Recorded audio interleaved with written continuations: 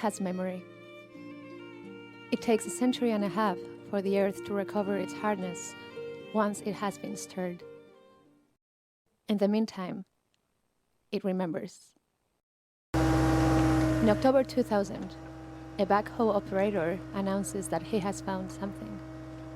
When his machine's shovel emerges from the earth, it contains a boot. From that trench, the remains of 13 disappeared people, Republican civilians, are exhumed. They had been murdered 64 years earlier. Their crime?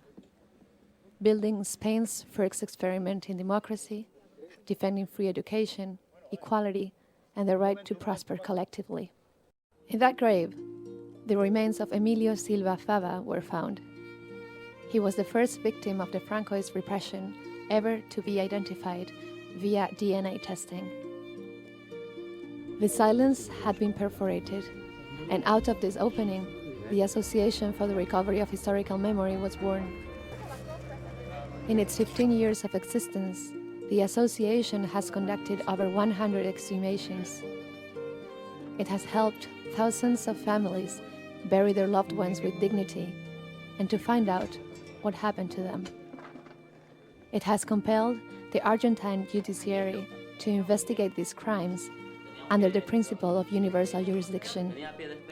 And it has organized the largest commemoration for those men and women who fought against fascism during the Spanish Civil War, which included a heartfelt expression of gratitude to the international brigades. It is now 40 years since Spain recovered democracy. No Spanish government has ever taken responsibility for repairing the damage caused by the dictatorship. But over 700 volunteers from over 20 countries have done so. Nowadays, the association receives no aid from the state. The Alva Paffin Award for Human Rights Activism will enable them to continue making reparations for hundreds of families. It will also mean that the forensic laboratory will remain open, and it will guarantee that the descendants of the disappeared will still have a place to go for help in their search for dignity and justice. Human bones have more memory than the earth. They are like clocks that forever mark the time of the crime. When a mass grave is exhumed, the men and women who are in it speak to us and tell us what they went through. The bones that were broken before they were killed, the bullet holes that reveal the position of the assassins, these are lessons of a history that, to this day, still goes untold in Spanish schools.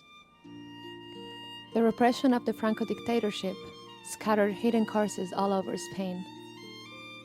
The number of disappeared people has now climbed to 114,226. No Prime Minister of Spain has ever participated in a public event with the victims of the dictatorship. No government has taken on the responsibility of guaranteeing the rights of the relatives of the disappeared. When the association returns the identified remains to their relatives, many of them hug the volunteers and sincerely tell them, "Now I can die in peace." The search for the disappeared serves many purposes. It promotes true democracy in Spain by compelling us to recognize those who fought for it and protected it. It makes sure that the suffering of so many people was not in vain.